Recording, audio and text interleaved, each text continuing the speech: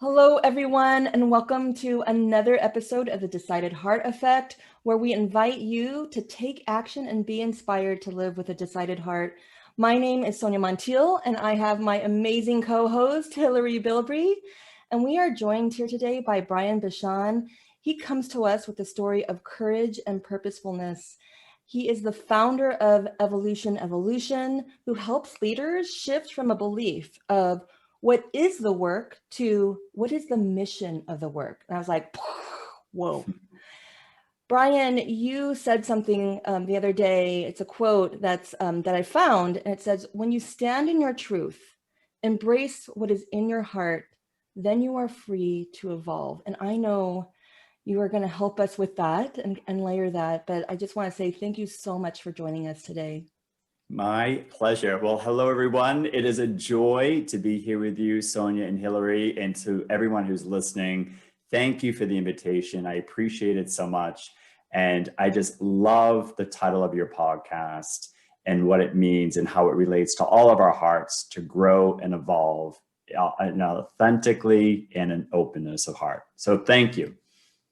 Oh my gosh. Thank you so much, Brian. I mean, you are the moment that we had you come on and started looking at some of your things as well. We're like, oh my gosh, our people, joy, impact, positivity, making a decision, right? Like life doesn't just happen. I mean, life can just happen to you, but if you're passive in your life, then you all of a sudden end up someplace that like, how did I get here? You had such an interesting journey where you were in a place and you thought that's where you were supposed to be, but it wasn't for you. And you had a true decided heart moment. Can you share with us a little bit about that journey? Absolutely. So I think what you're referring to, and really the biggest moment of what I had to embrace in my heart to be able to stand in my truth, was I was a Catholic priest for 8 years. And it was a beautiful 8 years. You know, it was in 8 years that I was able to serve people. I was in a parish for 4 years, and I was kind of like a priest. I felt like I was in Vegas at times. I did so many weddings. You know, it was all the time doing weddings, and that led to baptisms, obviously, and being part of people's lives. And then the last 4 years, I was very privileged. I was selected by the cardinal to be his private secretary. That would translate into being like chief of staff. So when you have that role, I was very young, and I knew at that moment that I was being groomed for probably more leadership within the church. And in those 4 years of serving the cardinal, which was a tremendous privilege, you know, when he went to Rome and was at the Vatican to meet the Pope, I was there. When he went to the White House, I was there. I was in charge of so many aspects of diplomatic events, master of ceremonies. It was amazing. However, you can often stand and be influenced by what's happening around you, and you can push down what's in your heart that might be bubbling up. And what was bubbling up for me was a sense that I desired to live my life in a different way. I wanted to love another person, and I wasn't going to be able to do that in the church. And I also wanted to be authentic to who I was, and embraced that I was a gay man, and I didn't want to live kind of pushing that down. I wanted to live my full identity, and I wanted to bring my gifts to the world in a new way. And so I freely listened to my heart. What was that desire? Embraced that truth, and then made the decision to resign and to move forward. But it wasn't something that just happened overnight. There's a lot of layers to that onion, but that was the major decision. And so grateful. And it's been an amazing evolution ever since then. I have to sink into that. Sorry, I know you're going to want to too, Sonia, in just a second, but I want to sink into that for a second and bring something to our listeners and our viewers for a moment, which is, you know, we have to trust our knowing, right? We do. And we're connected to something that felt off. And in those moments, we have that decided heart moment to choose to say, it's almost like I always do this when I'm talking to people about something like this, an emotion. And it's like, we have to observe it and get curious and be like, okay, what's going on here? Why am I all these amazing, you are meeting, I'm sure, presidents and the Pope, and which, by the way, before you get off today, you're going to have to tell us, like, what was your favorite memory and experience? Because how cool. But then it's like, okay, what's going on here? Mm-hmm. And what information is this feeling that is unsettling telling me? And then are you going to be brave enough and courageous enough to listen to that? Because you will always feel like you're hiding something. You will always feel less confident when you aren't authentically living who you are. Mm-hmm. Absolutely. And I think, and I love that what you said about looking like, what's going on here, because that's exactly what you have to do. And it's not easy. And, my story is only impactful and powerful if it helps others embrace their story. And it doesn't matter if it's about a relationship or a career change, but it's about looking at that and at least allowing yourself to be open to exploring it without judgment, without fear. And that's where the truth will start to emerge. And for me, it's, not only the courage to say, come on in, let's see this a bit, but the decision to me, and this is a decided heart effect. This is why we call it effect. It's how will I act upon this? Because I think a lot of us will accept the narrative that, you know what, it's good. This is good enough. Things are going great. Why would I want more? And so I guess this is my narrative and I'll just settle here. And that's a decision. And I would love for you to help us, I think a lot of, especially with your story, it's, oh my God, that was such a huge leap. What a huge decision. But you did talk about the onion layers. And perhaps it's not just the big one courageous moment, but it is the courageous moment of unpeeling one layer at a time. Can you help us figure that out? Like, how do we take that step one layer at a time? Yes, and I love that, and I often speak about that. There's a difference between just saying I'm going to make a change, and then making a conscious change. And a conscious change is something that takes a little bit more time, but that's where you'll really bring alignment. That's where you bring healing, and that's where you bring clarity. And so for myself, when I was working for the Cardinal, giving 150%, traveling all over, really being involved, that assignment was such a gift because that's where I started to really embrace me. I started to realize that I didn't miss the function of being a priest, of being in the parish, but I really enjoyed kind of the more administrative side. And then I started to just embrace within myself, like I really could live fully in my authentic ability to bring that to the world. So when I really reached that moment that it was becoming like, wow, this is something I need to look at. The first thing I did is I kept my cards close. And I really think that's important because sometimes when you're thinking about making a decision, we can talk, we can talk to others and you say things like, I'm just going to share this with you, Well, that person will listen and maybe they'll share with someone else. And then if you tell too many people, what happens is they come back and they say, so how are you doing?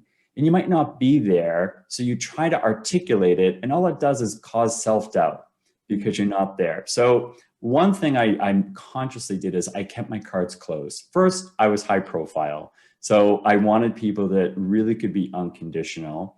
But I also went to go work with a wonderful psychologist. And I wanted someone that could really spend time with me to really think through the decision objectively. And I wanted someone who was not Catholic. I went to this wonderful Jewish psychologist in Boston. I did that on purpose because I wanted someone that had no tie to the church, someone that could just really be objective to who I am as a person and to what was really in my heart seeking clarity. And so for anyone who's ever worked with a professional coach or gone for any kind of therapy, we may go in with one intention. My goal was to have clarity of, I think I want to leave, and here are the reasons why. But what happened, those onion peels, it started about family expectations, the fear I was having about what would people think when I leave, how am I going to be perceived? All these kind of religious thoughts in my mind about, is God still going to love me? What does this mean? Battling with that. And so those onion peels really brought healing as I looked at that and got to the root of what may be causing that. So by the time 9-10 months later that I actually had a meeting with the cardinal, I was very peaceful. And I was also prepared for the reactions of individuals when I said I was leaving. The majority were extremely supportive, very unconditional, but I also had a lot of resistance as well from family and from some very close friends. And I have to say, I see that as a gift, because in those moments when they were maybe trying to put their expectations on me or be challenging, I was so peaceful. It didn't cause self-doubt. It didn't cause a sense of like, oh, I'm making the wrong decision, da da da. I was like, okay, I understand you're trying to process, but I also know this is my truth and this is what I'm going forward on. So really, I think it's that time of really looking at that and being open to that. And that's what helped me have the clarity to take each step along the way. The power of what you're saying really comes down to, that intrinsic validation versus an extrinsic validation. When you're out there looking for everyone else, as I'm listening to you, I don't know if you've read The Big Leap, but No, The Big Leap by Gay Hendricks. Okay. So he talks about this idea of how we self-sabotage. And really we live in this zone of competence or even excellence. We're really good at it, but we have all these other things, and sometimes they're health problems or whatever else, because our body's like trying to go, hey, wake up. You're not in your zone of genius. In that zone of genius, we have these talk tracks in our head, and we have, unless you have a professional or somebody who's a gosh darn good friend to talk to, who can help you understand where these are coming from, that you have a talk track from your family of origin, that you have a talk track from the people around you, that you maybe the religion that you grew up with has some things and some feelings and some, you don't realize that you're like, well, I just feel this way, but where did it come from? And figuring out the core and the heart of that is so valuable to assemble that board of directors to help. Absolutely. And I love that you bring that up. I think it's so true of how we can self-sabotage, in those moments. It's absolutely palpable when you're in that. I think the other aspect too, for myself, was also really realizing that I was happy. Like, I wasn't an unhappy priest, you know what I mean? And I think I loved what I got to do. And I loved, I was very good. Like, when the Cardinal had a big event in Rome, like I was very talented. Like, we'll get this organized, get this, do this, make his life easy. And I thrived on it. However, that's external. That's functionary. That's all functionary. But when you want to go into the heart of who you are and how you want to love and how you want to receive love, not because of something you're doing, but because of who you are, that changes the reality of life. And that was the issue, because I had people say, you were so good, you were so happy as a priest. And yes, I was. And I enjoyed it. And I knew humbly I was good at it. But my heart wanted to love in a different way and more fully. That is so powerful for me. And we had a guest, Carol Burton, a couple episodes ago, and she described something that I feel like, not that you're giving us permission to, but you're showing this, where you go down a well of sense of self, and you're hanging there quietly in your most vulnerable self, and you're allowing yourself to say, she said little Carol, like, but our small, and when I say our smaller selves, it's not the small self, but just like everything that we are from childhood to where we are. And when I first heard her say that we can be in this buoy, just settling there in this quietness, I immediately thought, okay, well, we do that really quickly and then we jump back out, because there's the function part, right? Sure, of course. Right. What you've just highlighted for me, and I hope for our listeners, is that you can be there for 10 months. And you did that. I mean, you did say, hold the cards close, because I want to be in this buoy, like, for myself, 9 to 10 months before I jump back out and say, here I am, and I feel like the amazing growth where, that sense of peacefulness, it's like, I want that, but you have to do the work. Right. Right, exactly. I do say, the clients I work with and individuals, that I work with, I often will say, it's important to have an open timeline. I remember, the psychologist saying, so when are you thinking that you would maybe like to make this move? And I remember thinking in the fall, I'm thinking I had that like a date in my mind. But again, it's important to have that so there's some positive, inspired action you can take, putting things out there. But I think it's important to also realize that the universe, your growth situations may have to adjust that time. But I think it's important to have a timeline that has flexibility with it, because that helped me, to kind of keep moving things. And I think for me, one of the great joys of going through that whole process was that I was feeling excited. There was a sense of excitement as I was peeling those layers away. It was starting to look at opportunities, and things started happening. There were synchronicities that, started happening of, getting a job interview or this. And it just kind of was affirming that it was in the right direction. And that continued even after I left, but especially during that time. And I think it's important that that's an indication that when you're doing the inner deeper dive, that will reflect consciously and unconsciously what's happening in your world. And I think that's what really started to happen for me, that was coming from the heart. So I have a big exclamation point on what you just said to make sure that our listeners again and viewers, and that resonates so solidly, is that, I think that comes from The Alchemist, the idea that when you get clear and when you know what you want, the universe conspires for you to succeed. Yes, right? But if absolutely. Right. But if you're not clear and you're like, well, I'm just going to wait for the universe to tell me, the universe is like, no, that's not how this thing works. Exactly. So I really, really, really love that you are, and actually research shows and supports that the average major change, life change, takes 3 to 5 years. So quite frankly, 10 to 11 months, it's pretty darn speedy. Right. And that doesn't mean we don't have changes along the way, but from the beginning to the actual, now I've made the full move. So I do think it's important. I'm sure you actually talk to your clients about this as well. Things like grace and forgiveness and flexibility and compassion and detachment, like those are so important in this entire process, because you are not going to bulldoze this through and feel very good about it. Absolutely. And I love that. It's not about coming through, strong and mighty, boom, just knocking down the fence. Because that's, again, it won't serve you. It won't serve the mission that you're, desiring to do next. And I think that's so, so important. To also, control is a big issue. That's one of the other big areas that I think is talked about. Controlling is really coming from a place of fear.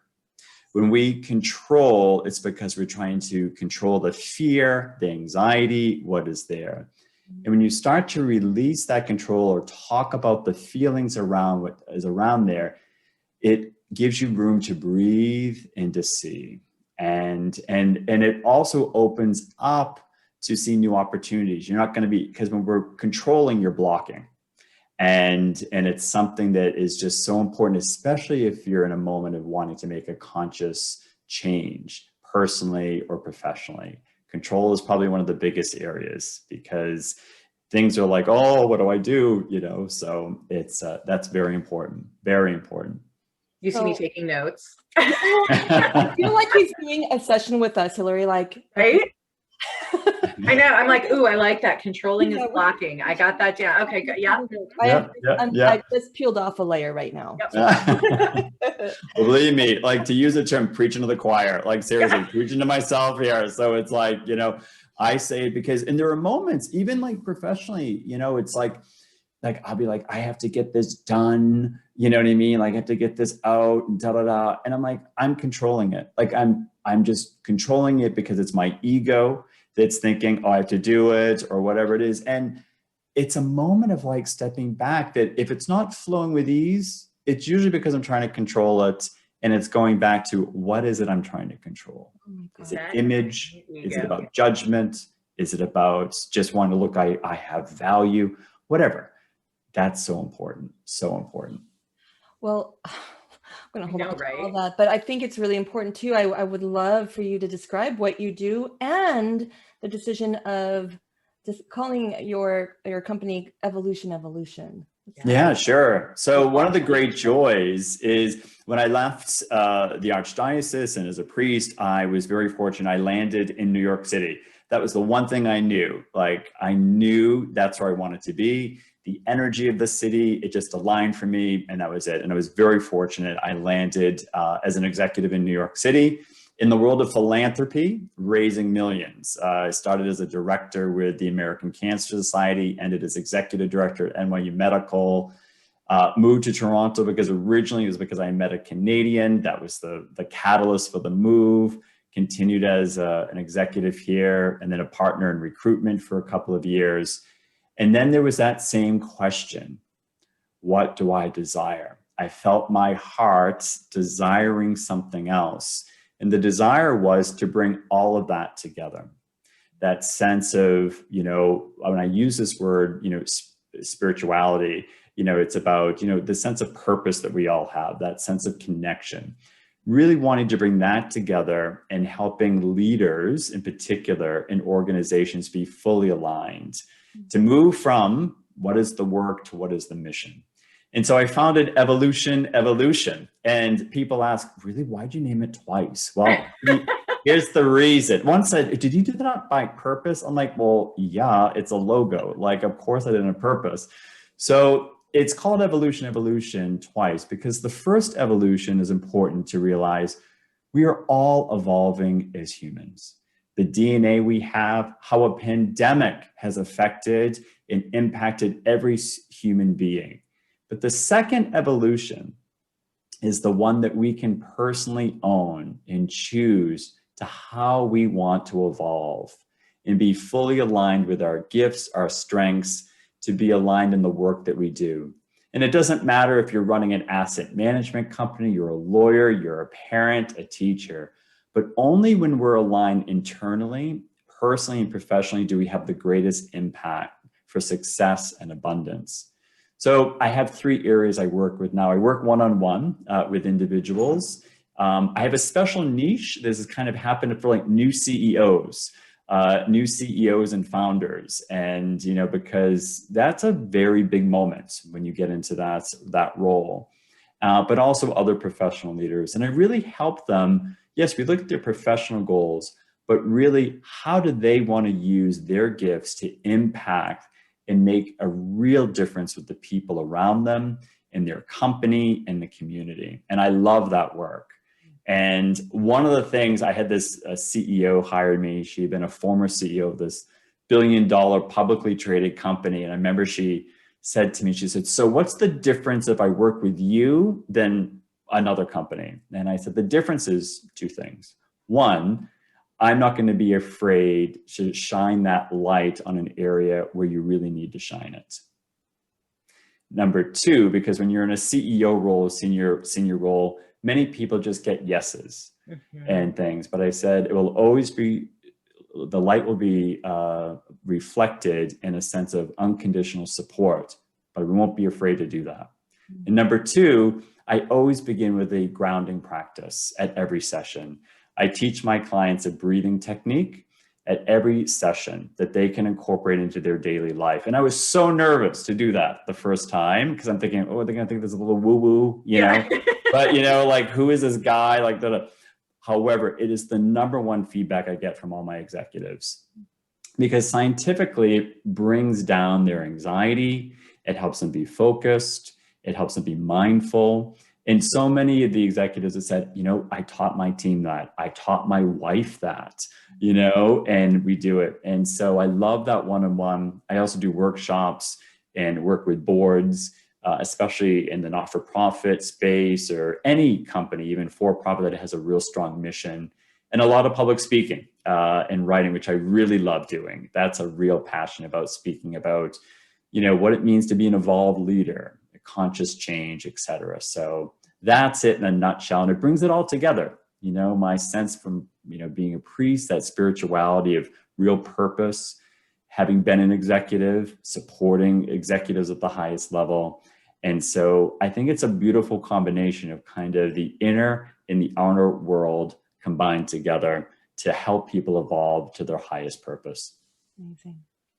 I love that you're using the word spirituality too. I really do. And I know we're, oh gosh, I want to talk for another hour. I know we're sort of butting up against when we're done here, but I just want to say, you know, when I look and when we talk to people as well, you do that life wheel of how satisfied are you in your life. And what I've noticed is that 9 times out of 10, the people that are really wanting the most help are lowest in spirituality. And so I am so grateful that you are bringing the whole person to the table and saying, if you don't take care of this other area of your life too, like if spirituality, I love how you say it's purpose and connection, because if you don't have that connection, like how are you moving forward? Like it's difficult. It's so difficult. Totally. And, you know, I'll be honest with you real quick. I know we're sensitive on time here, but this is an important nugget to tie it all in. When I decided to found Evolution, I had one image of what the company was going to be. And I'm like, oh, I'll get this up and running in a couple months. No issues. Guess what? Major issues. Block. It wasn't coming together. I took some time and I actually went to Australia, did some traveling, and I did a wellness retreat. And it was on that retreat, there was one day I was like, what is it that's blocking me? Like there's something that's blocking. And so I had this kind of guided meditation session with someone and kind of talking through that. And all of a sudden, that what was being blocked came to what it was. And it was a sense that when I left the priesthood, I kind of pushed down that spirituality. I developed a meditation practice, etc., because I was kind of fearful of how I would be judged. I wanted people now to see me as an executive, that I could prove that I could do that. And what was being blocked was that I had to embrace that. That's my gift. That gift, that intuitive ability, that sense of being with people. And once I knew that, embraced that, that's when everything came together. And so I really take that approach. And the clients I work with, it's really interesting. They're very open. You know, they're all executive, but they're very open to the meditation. Those are the kind of people I want to work with. Maybe they're new to it, but what does it mean to go inward so you could be more aligned outward? And I love that. But it took time to get there. It was another sense of embracing that in the heart that decided I had to decide that and embrace that. And so thank you. I appreciate you saying that. Thank you, Brian. And it just goes to show too that there is no one big decided heart moment. It's a series of, it's really right. limitless. Like we have it all the time. It's when do we stop, address it, like recognize it, come in for tea so we can acknowledge it and then take the action. And I know that our listeners are going to say, we need more of the work. How are they going to find you? What's the best way to reach you? Sure. So a couple ways. So you can certainly connect through my website, which is www.evolution.com. It is going through an evolution. So what you see on the website right now does not represent everything that's going on. I'm actually having it all done over right now, but definitely you can connect through me there. Also, LinkedIn is probably one of the biggest social platforms I'm on right now. So send me a message, say that you heard the conversation here on this beautiful podcast with Sonia and Hillary, and I welcome to connect. That is like my greatest joy. I love connecting with individuals, and it's an openness. It's not a sales pitch. Don't worry if like, oh, reach out to Brian, he's going to try and sell me his program. I hate that. I don't want people to do that to me, but it's about authentically connecting, and I welcome to hear from individuals. And if you're feeling that nudge, like, I just like to connect, or if you're here listening to this beautiful podcast today, it's not by chance. There's a reason, there's some message here, or maybe you need to pass it on to someone else. So follow that inspired action and reach out. And I just can't thank you both for the opportunity to be here today. Thank you. We are so grateful. I was going to summarize what you said, but you did it so beautifully that I'm just going to let it stand. I mean, it really is about making the decision about creating that change that you know is speaking to you in your heart. It's about making the connections, and make a connection with Brian, because what a beautiful soul you are. It just I feel like we have been in, Sonia's nodding her head. She knows what I'm about to say because we get each other. It's like we're in the sacred space right now. And I really do feel that when people align their hearts, when they have the best intentions, not just for themselves, but for the world, you can feel that. And I think we need more of it. So I am so grateful to you, Brian. We are so grateful for the work that you do, the changes that you are making in people's lives and people's hearts. And I hope that you have so many more people. I mean, you are so amazing as you are. I hope our people all go and say, yes, we need more Brian. We need more Brian. So thank you again for this time. And we will see our viewers, and we will talk to our listeners again next week. You'll catch us on any of the platforms you listen to your podcasts on, as well as our YouTube channel. Don't be afraid to subscribe, to like, to do all those things. It's all helpful and keeps us going. Until next time, don't forget to live with a decided heart.